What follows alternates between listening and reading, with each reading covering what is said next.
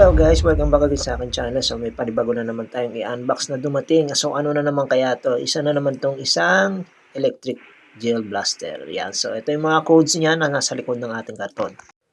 So tara, ito na. Guys, simulan na natin to ang ating pag-unbox.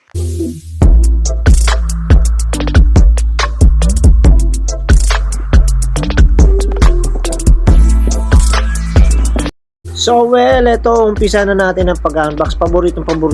Una kong intro lagi ng music na to. So kaya ito, sisimulan na natin ating pag-unbox. So ano ba kaya itong gel blaster na to? At ito, kakata natin to, yung mga tape.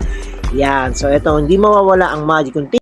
Gunting natin mga kapatid. So tara, simulan na natin to. Ito na, kinakat na natin siya isa-isa. So nag-deliver lang siya. Ito lang ang naging cut niya. Wala siyang plastic. Kaya ito, yung na-open na natin siya mga kapatid. Yan. So kung makikita nyo, ito na.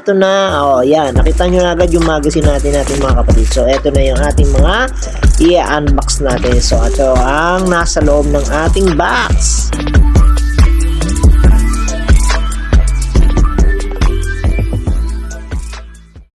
So tara, simulan na natin to. At ito, all goods naka-plastic pa. So, pero nung na-receive ko to, ito magkadikit na ang barrel tsaka yung main natin ng part na to. So ito yung barrel tsaka ito yung main part. So hindi siya blowback mga kapatid yan. So yun na, ito na ang tinatawag natin ng HK M416. Yan. So M4 din siya pero HK 416 po. Tan po yan. So ito na po, ilalabas na natin yan pa isa-isa. So ito ang lithium battery at battery, ito ang charger ng battery na yung cord natin. So, USB type na yan mga kapatid. Sa ito ang mga pinapakita kong parts ng ating HK416D. Yan. So, ito ang rear and front, rear sight. Yan ang tinatawag na sight. Ito naman tinatawag ng nozzle o funnel. Yan yung nasa una ng mismong barrel natin ng ating gel blaster. So, ito ang holographic telescope. So, ito ang tinatawag na holographic telescope. So, yan, makikita mo yan, inikot-ikot ko pa. Yan, katulad yan, ito naman ilalabas naman natin ang magazine. So, ito ang magazine natin. Dito natin nilalagay ang gel bullet na 7.8mm. So, hindi mawawala ang goggle mask natin. So, para sa eye protection natin yan. So, hindi mawawala yan mga kapatid pag in-order na yan. So, ito ang tinatawag natin ng manual ng HK416.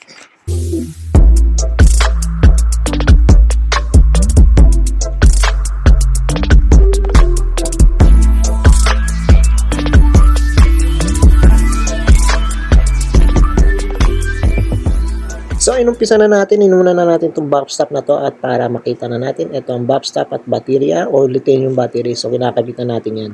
At isusunod na natin to ang mga rear sight at front sight na natin. At kakabitan natin to sa barrel at saka sa main part ng ating barrel o HK 416.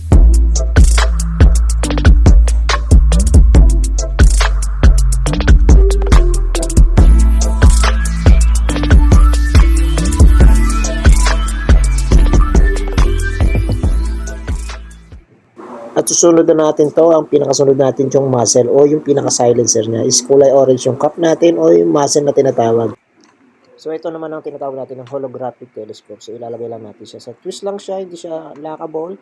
So ang pinaka-lock niya is iti-twist mo lang siya dito. Yan o, ito, yan. Twist lang siya, hindi siya lockable o yung tornilyo na tinatawag natin.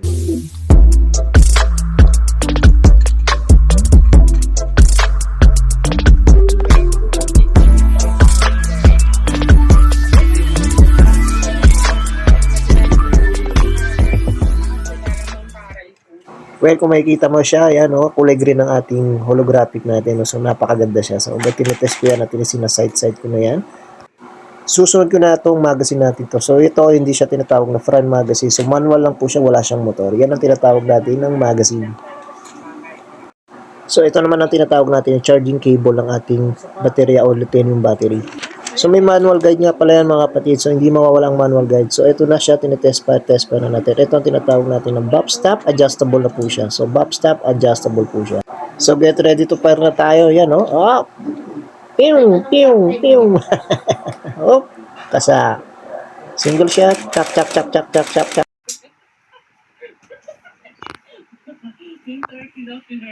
So, re-remind ko lang sa inyo mga kapatid. No? So, ito yung tinatawag natin muzzle o yung tracer. Pwede natin lagyan ng tracer to. So, ito yung rear, front side, rear side.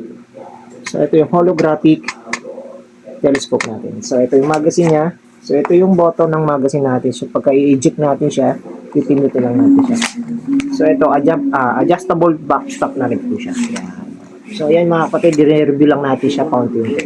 So ito yung tinatawag natin na adjustable backstop. So ang ginawa ko naman is binaliktad ko yung lithium battery. So 7.4 na po siya. So nakikita niyo yan. So connected yan. So may tinatawag tayo dyan ng lithium battery. So ito yung tinatawag natin. So actually meron to tatlong klase daw ito ng lithium battery. Yung pinaka-pin ng pinaka-pin down na natin ng lithium battery. So tatlong klase yan. So nabasa ko yan tatlong klase yan. So adjustable backstop yan. So ginagamitan lang natin siya ng gel bullet. So hindi pa po siya blowback, pero tinatawag nito ng HK 416D. 416D. So ito laser to laser. Ito binili ko lang to, iba lang to. So in order ko lang din naman siya. So simple lang, pero ito kasi pwede ito pang mga pang black.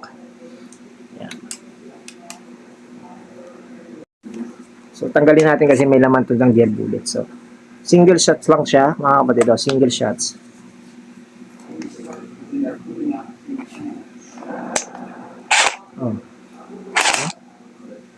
Burst shot siya, pwedeng burst shots kagad siya at single shot. So hindi siya single shots. Ang pinaka single shot siya, ito lang.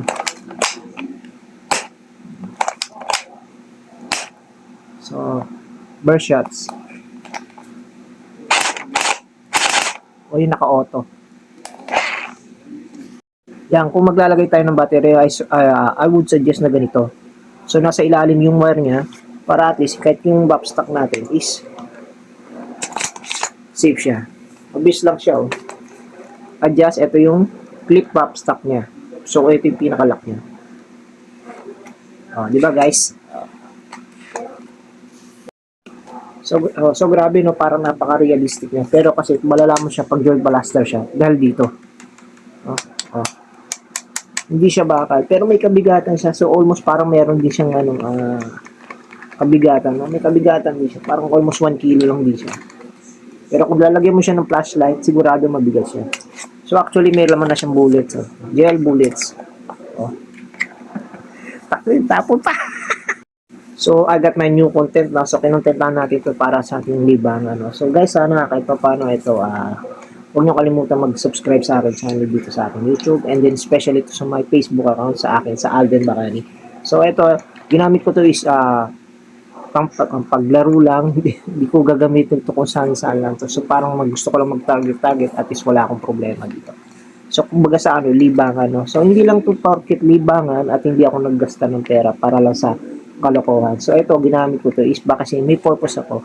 So don't forget nga pala, pumunta kayo sa TikTok shop ko, available po ito. Promise, available po ito sa aking TikTok shop sa JL Inaka Vlog and Shop. So yun po, meron po ako dun. Lalong-lalo na kumikita po ako dyan sa TikTok shop. Promise, kumikita po ako dyan sa pag-a-affiliate ko. Hindi lang sa pag-a-affiliate. So salamat kay TikTok dahil kasi kumita ako ng konting extra pera. Promise, ang laking tulong pagdating sa budget.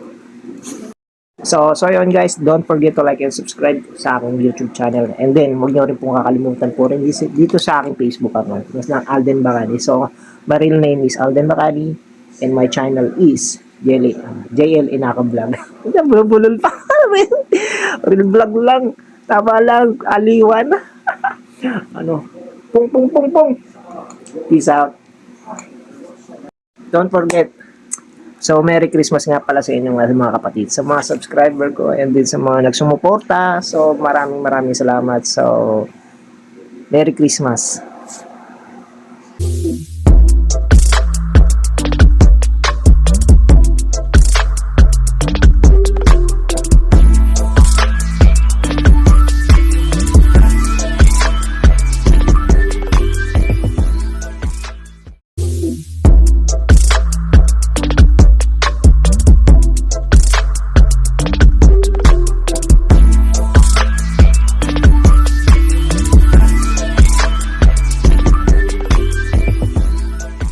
Guys, sa mga gustong humabol ng pang Christmas, available pa rin po sa atin ng gel blaster. Pakiclick lang po ang yellow basket. Ito po siya at makikita nyo din po yan. So, pumunta lang kayo dito sa akin sa page at makikita nyo sa ibabaw lahat yan. Available po yun.